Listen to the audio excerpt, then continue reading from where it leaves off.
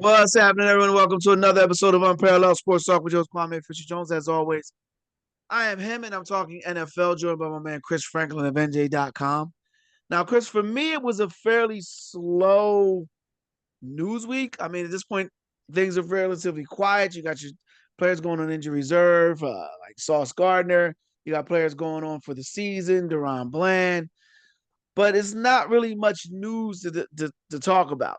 So I figured we jump into some of the recent injuries and also jump into projections for the rest of the season for some teams. But you wanted to talk a little bit about Puka and the Los Angeles Rams. So if you can, just kind of explain to everybody what's going on with that situation.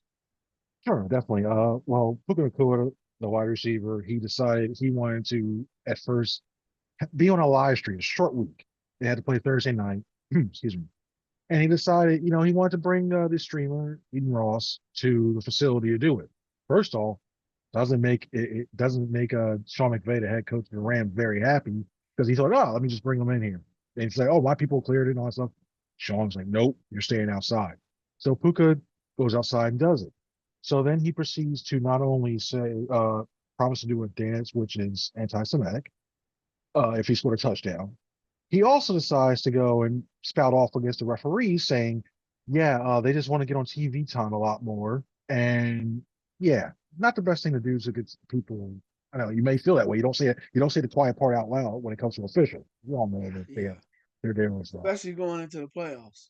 Yeah, it's you need that momentum. So he has his best game of his career Thursday night, which without Devontae Adams, he puts on a clinic in an overtime loss, and then proceeds to afterwards, after the game, he quickly deletes the tweet, goes again and says like, "See, the refs wanted to be on TV again."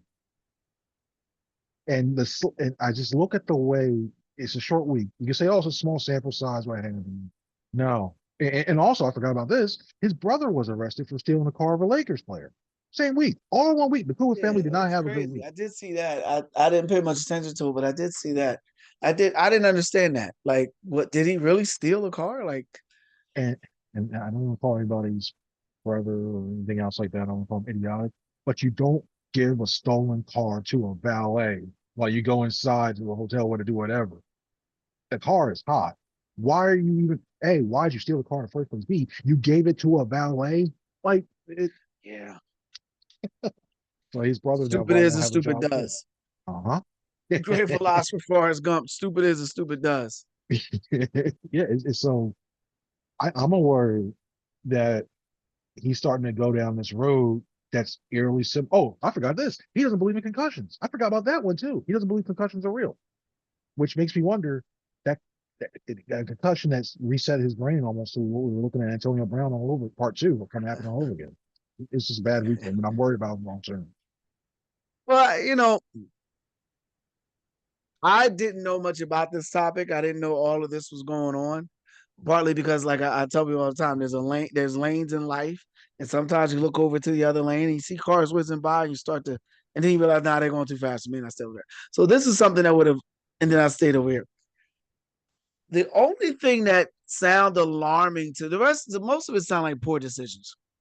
The only thing that sounded alarming to me was the fact that he had his best game in a loss, because that could create a mindset that he has had success when he's with the Rams, but they haven't won a lot in that time frame. That makes sense. They managed to go to the playoffs. They've been a solid team, but not a championship contending team. And this year they're one of the top teams in the NFL.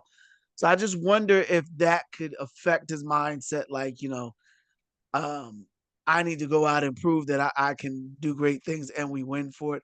The rest of the stuff just seems like knucklehead, um, 20-year-old.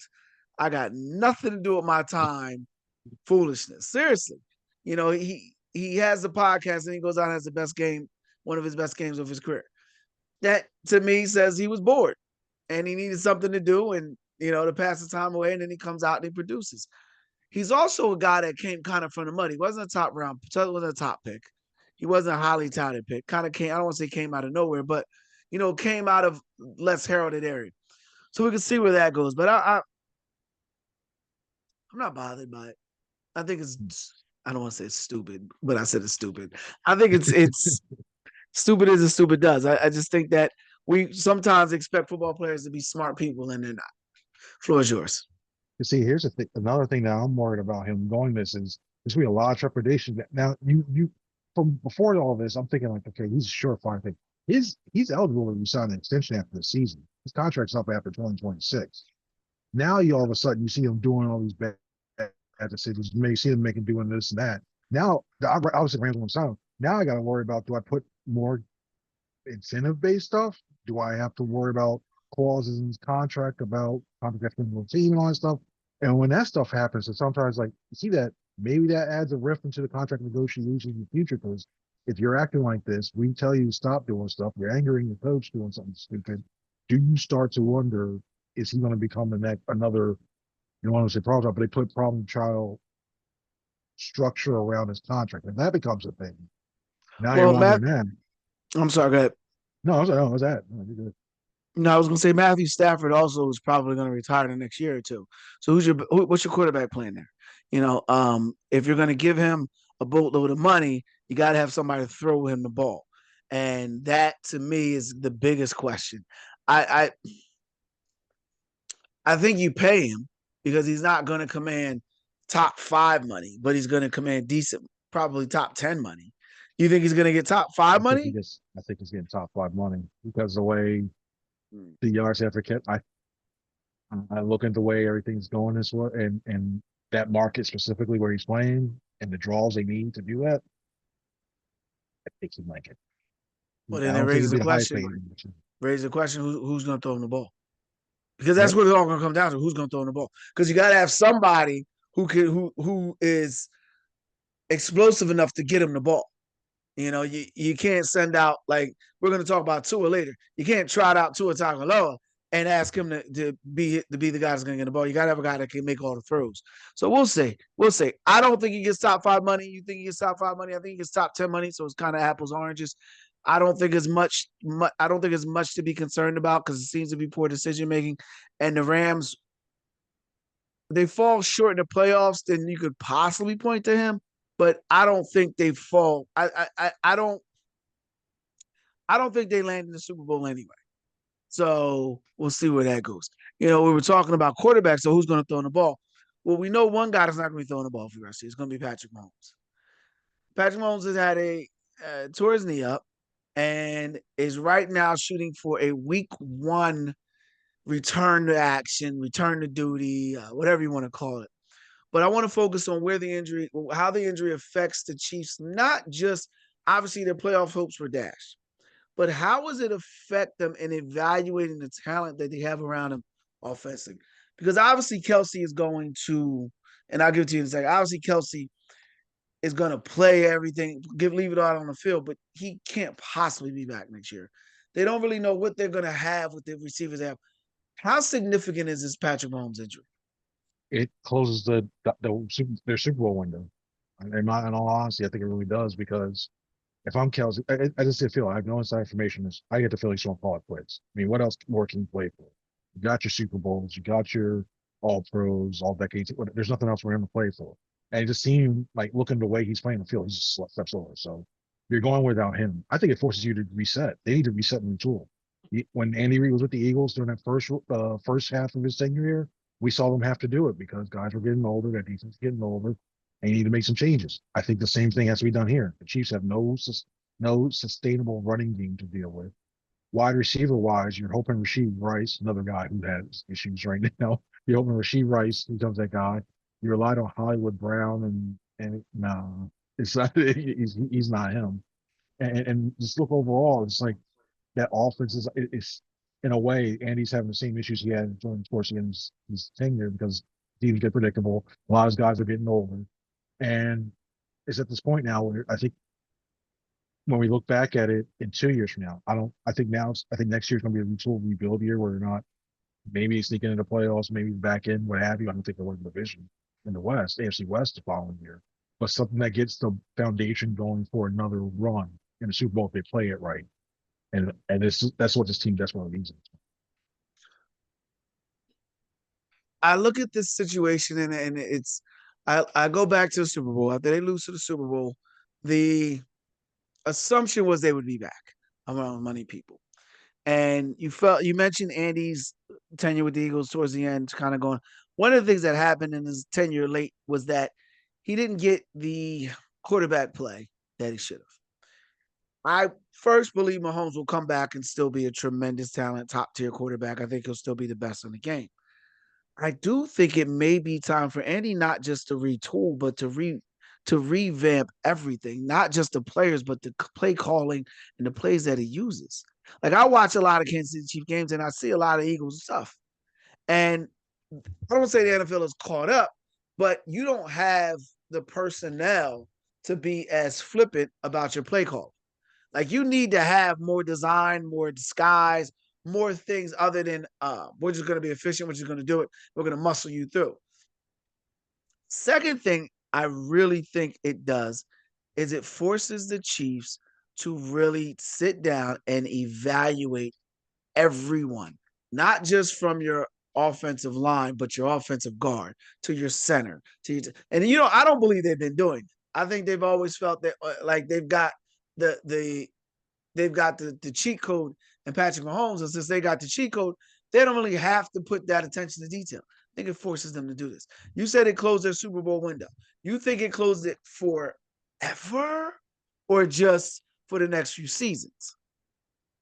3, 4 seasons, 2 seasons. I'll give him 2 seasons just because you have Patrick Mahomes as your quarterback. I think you give him that little spark. And you're right.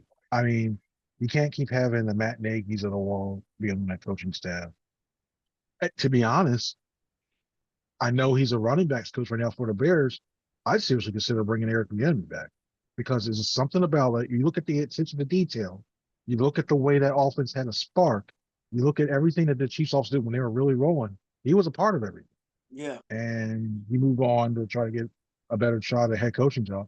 Maybe you need to bring him back as your offensive coordinator, and then he needs that sounding board again to try to refix things, not to do the same thing they had beforehand, but with him being with Ben Johnson, with him maybe he marries what Ben Johnson likes to do with Andy Reid. And if that works, that's a very dangerous prospect to have with Patrick Mahomes as your quarterback. But they need to make some changes. There's no doubt about that. And they better do it fast because well, actually, you know what? I was saying this. I wouldn't even rush Patrick Mahomes back. I know he wants to be targeted week one.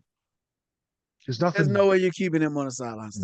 Like get that out your mind, get that out your car, get that out your wallet, whatever you need. There's no way he's gonna keep. There's no way you're gonna keep him. Like it's just not gonna happen. He's gonna push to get back because he just wants to play. He wants to compete. He just wants to compete at a high level, and he's gonna do everything possible to get there. I don't. I don't see any problem rushing them back. I think the problem is going to be who are going to be your guys on the outside. Who's going to be your running back? Who's going to be your guards? Who's going to be the people that can keep him not having him concerned about pressure right up the middle?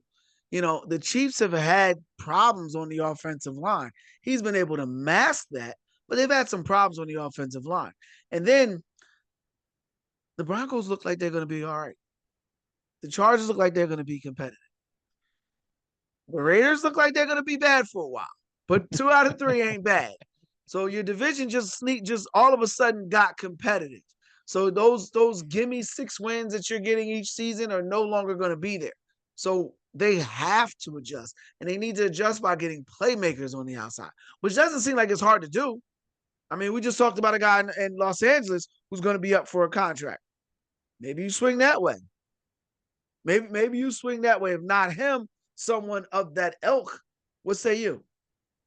It's funny you mentioned that because I was going to say for another segment, Tyreek Hill, he posted that X post with the deuces.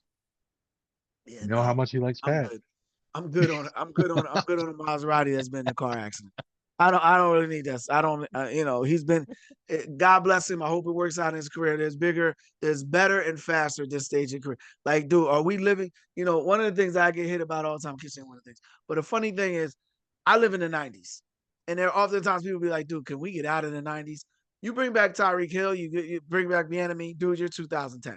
Like, can we get out of 2010s? Can we get into this decade? Can we do something along those lines? Seriously though, because it's great to bring the gang together for a quick Facebook picture. But nah, now we need to create some new identities. We need to create some new names. We need to have some other people blaze their own trails. I'm not co-signing with you on that. On bringing the enemy back. I'm not co-signing with you and bringing Tyreek Hill back. Floor is yours. Hey, and I'm just looking at what you can do and potential people who you look at be with the Andy Reid stuff and who would fit his system and have you. You're going to rely on a draft. You gotta. I mean, they have a decent track record, decent in that part. So okay, if they can do that, but a lot of stuff's going to have to be addressed on the offensive line. So you can't outright use a lot of your picks on skill positions because you saw that. You still have Xavier Worthy. Forgot to mention him. You still have Xavier Worthy. That's nice. You have things. Raekwon Thornton, you still have him. Okay, yeah, you got that. So, but I just don't see that one guy. Rasheed Rice is too inconsistent for my liking. So I think he could. Yeah, I think he could be really good. You can say he's young, still developing. They need a veteran wide receiver who can really come in and when you have these games against the Broncos, they need a wide receiver you can feel certain to go against Patrick Surtain, which is tough to say because not many can do it. But they need that in order to get back. I just don't see any of the current wide receivers being able to give Patrick Surtain a problem. And until that happens, yeah, you could be looking at the second place in that division for a little bit. Yeah, and I just wonder if I just wonder if they're willing to do that. I wonder if they are conceding we need it because that was Andy's downfall in so many places. And then when he finally got the weapons for McNabb, he got rid of McNabb. Like it was when he finally got to Sean Jackson, Sean McCoy, he got rid of him. You know what I mean? And that's he can't get rid of Mahomes because he's had so much success. But you just wonder if he's gonna stop putting all of that on his plate and just kind of even it out. And you do think Mahomes may not even if Mahomes is 90% of himself, that 90% is still head and shoulders better than the rest of the league. And that's so you don't have to worry about that. You do have to wonder about what they're going to do on the outside. And particularly, I'm going to beat this into people's head because they don't understand the significance of this. When you have a knee injury for quarterbacks, they all have said to a man years later that the pressure coming up the middle made it hard for them. Their lack of confidence in stepping up in the pocket and delivering that throw made it hard for them. What are you going to do with your guards? Because they've struggled there. They've struggled there in Kansas City. What are you going to do with your guards? Because Andy's not a guy that likes to run the ball, and your best pass blocking, your best pass blocking guards usually tend to be quality run blocking guards. And if you don't like the run, that's not something you're going to look for. But we'll see where it gets done. I want to switch gears. The fiasco, the disaster that is Tua Tagovailoa in Miami. I didn't bring the draft up. I meant to, didn't get a chance to. But I look at where the Miami Dolphins are, and it's in the middle of nowhere. They've got no future. They've got no past. They've got no plan. They've got no, I want to say momentum, but that's not the word I'm looking for. They've got nothing. They don't have anything going for them. They decided to bench Tua Tagovailoa. If I pronounce his last name right, I feel like I'm confident feeling like I did. Quarterback that's 44 and 32 in his career, 0-1 in 6 years in the playoffs. The 0-1 is what bothers me because he had a pedestrian game, 199 passing yards in that game. Didn't do anything fantastic. Didn't do anything awful, but didn't do anything fantastic. But the one thing that's awful is 6 years, one playoff game, dog. 6 years, one playoff game, dog. That's ugly, man. That makes you wonder what they've been looking at for this long in Miami. How bad was Tua's tenure in Miami?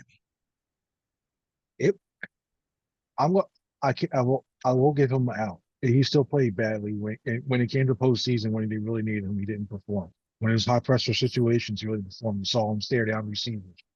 Concussions, I think, played a role in it. You see, I think if Giants quarterback Jackson Dart, I'm looking at two and going, this is going to be you if you don't start to slide or learn how to get down instead of not knowing how to properly protect yourself. I think he's headed to that.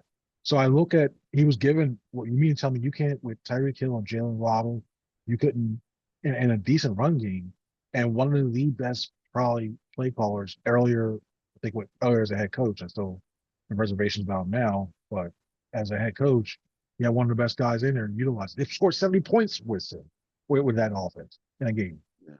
And you look at it, Tua just couldn't. He couldn't do it. And I understand them taking him with that fifth pick because at the time it looked like he was the right guy. But it all comes back also to development, and they weren't able to fully develop him to make him to what he needs to be. So it's part of their coaching. A lot of it's on him. And yeah, you look at the draft, they're sitting at 11th. Now they do have a piece of ammo, a couple pieces of ammo that can maybe move them up to ninth or eighth in the draft.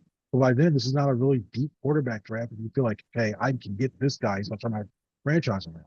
So they're looking at the possibility of maybe like in the dead cap, I think something like absurd number, like 90 some $1 million that they cut him before June 1st next year. So they're looking, unfortunately, you're probably going to draft a quarterback in the second, third round, Eagle Pavia. And then you're going to have after that, you got to stick with two at least one more year. And hopefully you hope Pavia develops, or then you hope you tank so bad that you can actually get a good quarterback in the first overall. And so they're in a bad spot. And they still need a GM. That's another thing. You fire Chris Greer, you still have a replacement in the GM. So it's bad down there. Take a stroll with me here, brother. These are the three quarterbacks drafted after Tua Tagovailoa. Directly after him was Justin Herbert at 6. You try to go down a little further, you have for the Green Bay Packers, you have Jordan Love at 26. And in the second round, you have Super Bowl MVP, two-time Super Bowl participant, Jalen Hurts. It wasn't just bad in Miami for Tua, it was disastrous. You mentioned the concussions, you mentioned injuries. People get hurt every day, B. He tough, right? Like I hate to go pray in full, but people get hurt all the time. People get shot all the time, B. You tough, right? Like at some point, people get hit in football, and people get hit hard in football, and him not being able to walk away became frustrating to say the least. If you're a Dolphins fan, second thing is he had the weapons. He's one of those like of the three quarterbacks I named, Herbert, Love, and Hurts. We would all agree that Tua had the better weapons of the three until the last few years for Hurts. Yeah. There's no excuse for him not getting it done. Not the coach, not the offense, not the players, not the location, not the team, not the organization. There's no excuse. He dropped the ball. 44 and 32 is solid numbers. He's a solid quarterback. He's not the fifth pick in the draft quarterback. And that's the issue because that's where you're measuring him. And the final note on the topic before I give it back to you is Miami gave him money, hoped money would fix the problem. In any bad relationship, money don't fix anything. It makes it all worse. And now Tua didn't get hurt. He just stinks. The team stinks. Tyreek Hill stinks. Like everybody stinks. And not just stinks in the sense that they're not producing, stinks in the sense that nobody's happy and everybody's losing. Floor is yours. Yeah, Tyreek's going now. He's not coming back. He ain't coming back because those two is probably not coming. They would have treated two, and even if they cut to it, it's bad. I mean, also it goes to show you while we're on the subject of just like two stuff, that 2020 draft, the COVID really messed some of these things up. I mean, you look at the who that was selected, Burrow won overall, but some of these other guys that were taken in the top 10, and they didn't get a chance to really delve into it and really and pay attention and look at these guys and all that stuff. It was horrible. Jeff Utica, Chase Young, I don't know. So I think if maybe it's a bunch of what ifs and ifs and buts were the same. I think it's one of those things where if I think they had more time, maybe they go with Herbert. And I think Herbert would have been no telling what his franchise would have been with that. I think we want to know better at that. So I still don't have any confidence. You look at just overall with the Dolphins and their history with that franchise, the Flores stuff, the ownership, the general manager they did have. I don't know if I could trust Dolphins to actually hire the right GM. Sure, we'll have a name lawyer and then go, wow, everybody's going, wow, he's great. I don't know who it is, but you can go, wow, great hire, blah, blah, blah. I don't have any confidence they can fix all this. It's a bad cap situation. Bad thing. There's too many pieces they need. You got a bunch of quitters and complainers in that defense. But remember, when you had Vic Fangio there, they all started complaining under there too. We don't want to play. We don't like this. It's too tough on them. It's that mindset. The organization's a complete teardown and change that mindset before they can even go anywhere. Patriots in that division, Bills in that division. See Got what the you're Jets, doing though. this Got the time. Jets. Just when you think it's dark, just when you think you're bad, look down the hallway. You got the Jets We're back on. number We three. ain't got. We're number three. Yeah, at least we ain't them down there. Them down there is filled with Lord. All right, look. I think that they'll get the right guy for the job because I don't think they're going to have a lot of options. People aren't going to be beating down the door for the job to run that organization. People are not going to be beating down the door to take a team with a bad cap situation, no quarterback future, aging veterans, and in a city that trying to love Super Bowl. I mean, right now you're behind the Hurricanes. You know, you're behind the college football team in that city. So that matters. They're gonna get somebody in there who's gonna be more spit than polish, more grit than grizzle, and they'll be able to figure it out. So I don't have that problem. I've got a question for you though. What's next for Tua? Remember we talked about a certain team that's worse than them. They're going to need a quarterback again. Your Jets, it's bad. No matter where you are, like the best thing for him to be eh, is to basically go to a team as an established backup, learn as a backup, retool, and go from there and try to find another starting job from there. And so he's just to me, he still I think he still fits in that Shanahan type system. He needs his mechanics rework, he needs his confidence rework. I think he just needs to sit back and watch from an established veteran, sit a year, and then go from there, trying to show off that he's learned his lesson, and go from there. So he ain't, I don't see Arizona because they just need Gannon's going to be on his last leg if he survives. Which I heard that report from Ian Rappaport, the fact that he's going to survive looks like it's just okay. You look at it like Yeah. maybe that's a spot, but even then, I don't feel comfortable in their offense. Maybe he goes to San Fran to back up because Mac Jones, I think, is going to sign somewhere else to be a starter next year. Maybe he goes to San Fran, learns from Shanahan himself, sits behind Brock Purdy, and maybe try to get his chance. Because I don't mean to joke and make jest of it. You know, Brock Purdy's going to miss a game or two every season. Maybe he learns enough there and he shows up Similar and he does builds, yeah. well. Yeah, I'm that gonna might give be the you best. two teams and just let it sit for a while. I believe that Tua would be most effective in a dome environment, or at least a controlled climate environment, where 8 or 9 games of the season are in a controlled environment. There's a team in New Orleans that plays in a dome. There's a team in New Orleans that needs a quarterback. There's a team in New Orleans that would be willing to take a shot on them because they too got nothing to lose. And then there's another team, your favorite team that you picked to, I want to say make it to the play. I want to say you said pick them to win the Super. No, not win the Super Bowl, be a Super Bowl contender. It's the Arizona Cardinals. Yeah, Those are two spots. I don't know what their cap situation is like offhand. Those are two spots that make a lot of sense for Tua. Final word on the topic goes to you. yeah. See, the Saints, if Tyler Shuck wasn't starting to emerge and look like a decent quarterback, I could see it being there. Because then it's the second season and Kellen Moore want to establish himself, saying, I'm doing something good, positive. Let's make a run here and try to improve our record. If Shuck wasn't there, then that like it makes sense. Like he needs his with his arm strength, his arm strength. He needs a team with a really good defense, and be a game manager. If he'd be a perfect Carolina Panthers quarterback when they have Bryce Young. Yeah. So there's not that many spots I really feel comfortable saying that I think he'd be here. I really think he's headed to be in the backup. That's the most sense for him, and he can be the highest paid backup. He can become a Jacoby Brissett type guy. He moves around and he starts a game or two, and he's better than that. But yeah, nothing. And the future's not looking good for him at all. At all. Well, a team the future appears to be bright for a team that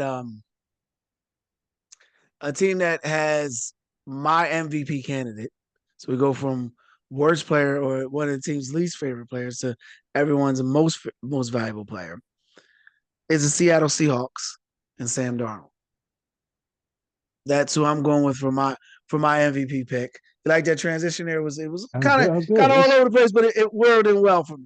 Yeah. So as much as Tua has struggled, Darnold's been the exact opposite of that. And the Seahawks are number one in the NFC. Darnold is one of the reasons why their division is solid with the Rams and the 49ers. Both are headed to the playoffs. So they're right there in that scope. And when you talk about how bad Tua's been, it makes you really impressed with how well Darnold's been. Because here's the thing: Tua's been with the same team for 6 years. Darnold's been on his fourth team in 4 seasons. We Yeah. got we got we got the Jets, obviously. Then we got the 49ers. Then we got the Vikings. And now we got the Seahawks. I think Daniel Jones should get a little conversation here. But I believe what Darnold's done in Seattle, no one saw this coming. And the element of surprise helps you in this type of case. But not only that, no one saw this coming from the team. No one saw this coming from Darnold either. Like, I don't care who you are. No one saw this coming from Darnold. So that's my MVP pick. Who's yours? I gotta go with Drake May. I really do Wow. because Wow. I mean, look what he's doing with that offense and look what's surrounded by. I mean, Travion Henderson's come along. Has been a nice surprise for them. But you didn't really have a consistent run game before he really started to take off. Stephon Diggs is not the Stephon Diggs of old. Keyshawn, like you look at his receiving core. And Yeah. I know you say, let's see, Jackson Smith and Jigba or Stephon Diggs. I'm taking the Jigba by large. That run, Yeah. the Kenneth Walker, Zach Charbonnet, Travion Henderson, Stevenson. Okay, yeah, the Patriots have the edge there. But overall, you look at what he's done as a whole for a team that wasn't expected to do anything, not even make the playoff, let alone make the playoff. Now they're looking at being a top three seed in the AFC. I I I I really think it should be him. Don't get me wrong, Darnold I think has had a really good season. I still think if I had to put it, I think Stafford has had a better season than him in terms of what he's done with that offense.